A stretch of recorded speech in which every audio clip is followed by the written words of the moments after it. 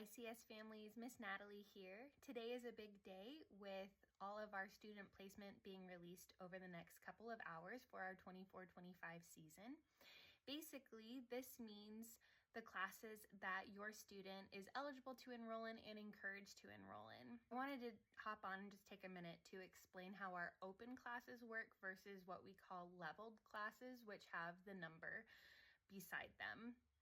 So every winter, all of our instructors meet per the discipline that they teach. So all of our ballet instructors meet, all of our tap instructors meet, all of our jazz lyrical instructors meet, and so on, to discuss basically where our students are in their performance journey.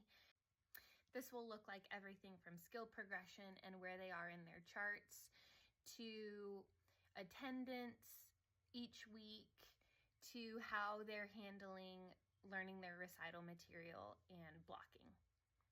From there, we put them in what we think the best class will be for the next season based on the skills that they've mastered, their attendance, performance, and ultimately behavior and maturity in class.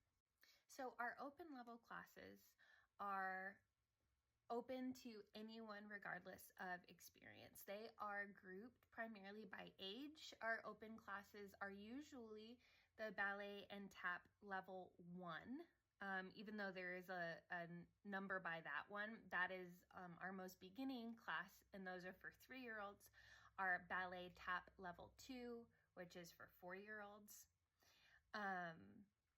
Any classes in our preschool program, anything that says K through 2nd grade, ballet, tap, or hip hop, elementary, middle, high, and basically once you get into the middle high bracket, anything that doesn't have a number behind it, Broadway dance, dancing in heels, acro jazz, that kind of thing. Those are all open to any student regardless of experience.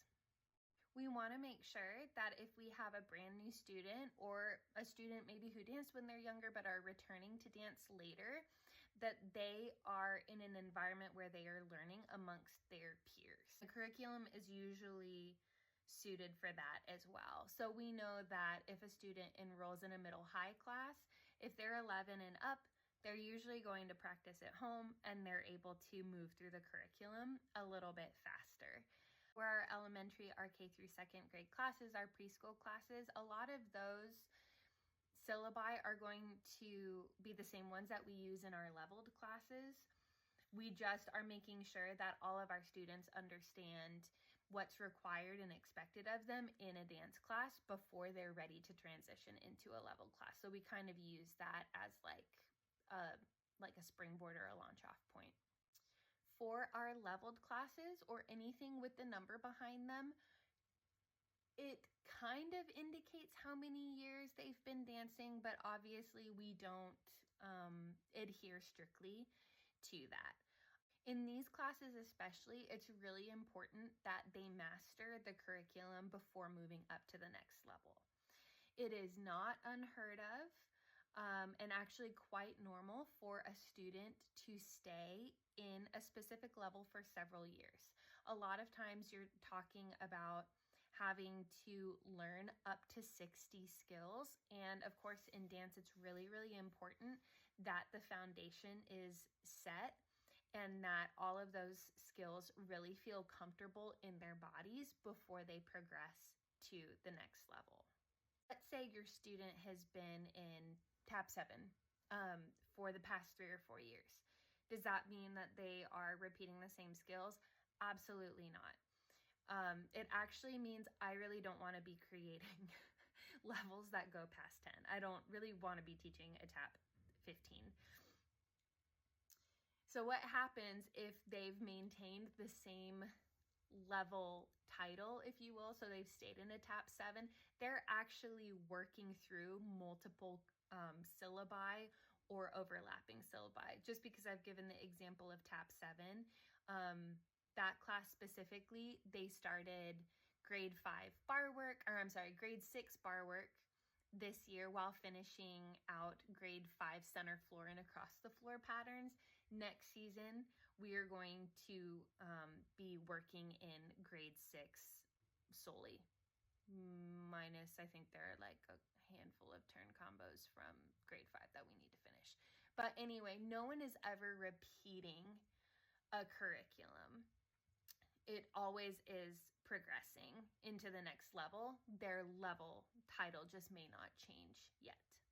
In our ballet program, it works a little bit differently. A lot of times they are working in a curriculum for at least 2 or 3 years based on their exam date. And a lot of times that is when they will move up to the next level title. That's not always the case, but it is most of the time. But again, no one is ever repeating the same material. They're always working in a new curriculum level. As you receive your student's placement today, just know that if they're in the same class that they were last year, by title, it doesn't mean that they're repeating the same curriculum. They will be learning new things. If your student was in a leveled class and we've moved them into a middle high or an intermediate middle high class, this is not a demotion. Please don't take it as that. We are considering a couple of factors here. One of the things that we're looking at is when a new group of students moves into a level, how old they are in relation to each other. So if we have a brand new group of like 10-year-olds move into a class and we have maybe one 13-year-old or one 14-year-old in that leveled class, we're going to give them the option of moving to a middle high or intermediate class just so that they can be with students their own age. A lot of times the syllabus that they're working in is actually the same. We just are assuming that they would prefer to be with people closer in age to them.